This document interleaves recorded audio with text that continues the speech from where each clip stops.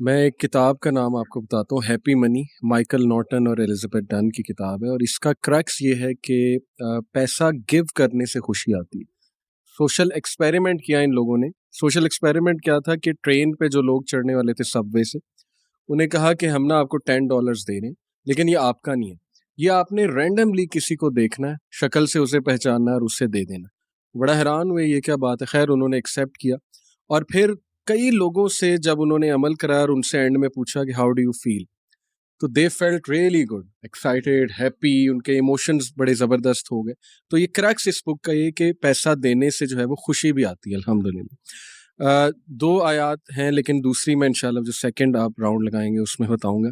दोनों आयात जो है मैंने इसलिए सिलेक्ट की क्योंकि ये दोनों मसाइल हैं यूथ के। आजकल हम इस पे अक्सर मुवीरा बात भी करते हैं, शहवात और शुबुहात।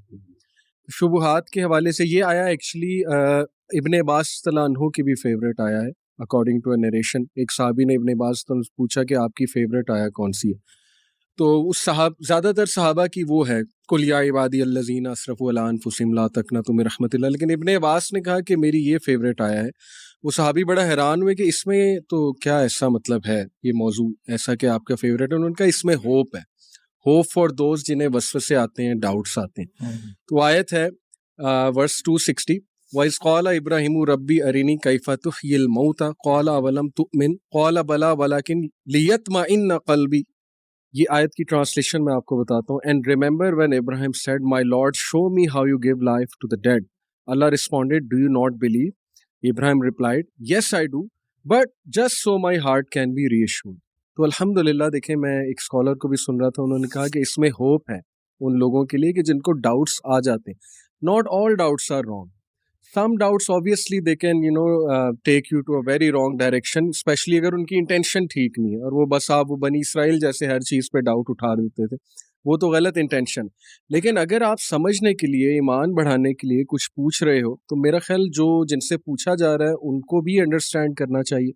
सबसे पहले उसने जानी देना चाहिए कि यार ये समझना चाह रहे हैं, और जो पूछने वाला है उसको भी मैं समझता हूँ होपफुल रहना चाहिए कि ईमान डाउन हो जाता है, डाउट्स आ जाते हैं, लेकिन ये कि पूछो। क्योंकि इब्राहिम अलैहिस्सलाम देखिए, वो अल्लाह को कह रहे हैं कि अल्लाह मुझे आप दिखाएं, मैं बस ईमान की तकवीत जो है वो चाहता हूँ। लेकिन पूछने का मकसद जो है वो डाउट नहीं है, ना ही शक है जी, लेकिन इंक्रीज इन फेथ है। इंक्रीज इन फेथ रिजल्ट है फेथ उसका। के लिए इंक्रीज करनी, यानी इब्राहिम अलैहिस्सलाम के अंदर जर्रा बराबर भी शक बिल्कुल नहीं था, बिल्कुल जर्रा बिल्कुल बराबर भी किसी किस्म का डाउट कुछ नहीं था, लेकिन ऐसे ही सिर्फ है, सवाल करने की नौयत ये थी, या सवाल से वो चाहते ये थे कि उनका ईमान और बढ़े। ईमान तो ये भी एक होता है अच्छा, reason। ये जो तकाजा है ना, ये दो जगहों पे कुरान मजीद में हुआ है।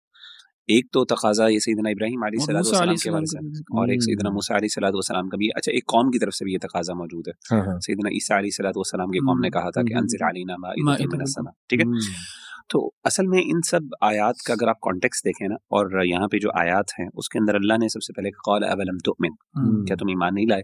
इसी तरीके से जो हवारियों ने जब ये सैयदना ईसा अलैहिस्सलाम से पूछा था, तो वहाँ पे सैयदना ईसा अलैहिस्सलाम ने कहा कि तुम अल्लाह से डरो, तुम किस तरह का तकाजा करके तुम अल्लाह पे ईमान नहीं लाते।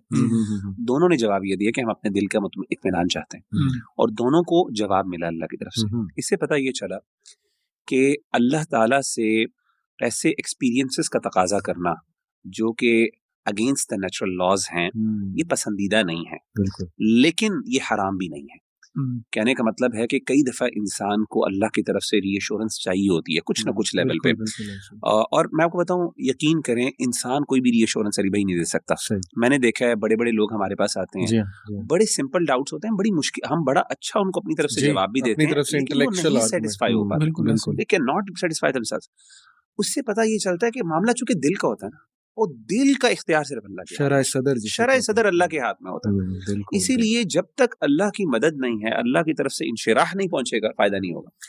तो इसीलिए मैं समझता हूँ भाइयों को, देखिए, अल्लाह के साथ और आपका ताल्लुक है ना, वो एक पर्सनल ताल्लुक है। आप अल्लाह के साथ जो मर्जी बातें करें, आपका ताल्लुक है, हम उसमें कोई इंटरवीन नहीं करता। ये तकाजे अल्लाह से करने में, एज लॉन्ग एज अगर मकसद, जैसे उन्होंने कहा कि दीन पे शक नहीं है और इत्मीनान है, तो इंसान बढ़ाने के इस दौर में, खास तौर पे मैं समझता हूँ इस दौर में जब इतने डाउट्स हैं, इतने मसाइल, और इंसान अगर इन्फ्लुएंस हो रहा है, अल्लाह से दुआ मांगे, अल्लाह मुझे दिखा। मैंने खुद अपने लिए कई जगह ऐसे वाकयात हुए, मैंने अल्लाह से दुआ की और मेरे साथ ऐसे ऐसे वाकयात एक्सपीरियंशियल, जैसे कहते हैं ना, अल्लाह की एग्जिस्टेंस के लिए एक एक्सपीरियंशियल एविडेंस भी होता है आपका, कुछ एक्सपीरियंसेस होते हैं बिल्कुल अल्लाह ऐसे से ऐसे एक्सपीरियंसेस मांगने, और लेकिन वो राज में रहने चाहिए, वो हम्म। राज के होते हैं और वो दलील नहीं बनते दूसरों के लिए, बल्कि वो एक लंबा टॉपिक है, और बड़ा ये अहम दुआ टॉपिक भी है ना, अल्लाहुम्मा अरिनल हक्का हक्कन हक़्क़न वर्ज़ुक़ना वरज़ुक़ना इत्तिबाअह। इत्तिबाअह, माशाल्लाह जी ये भी बहुत ज़बरदस्त।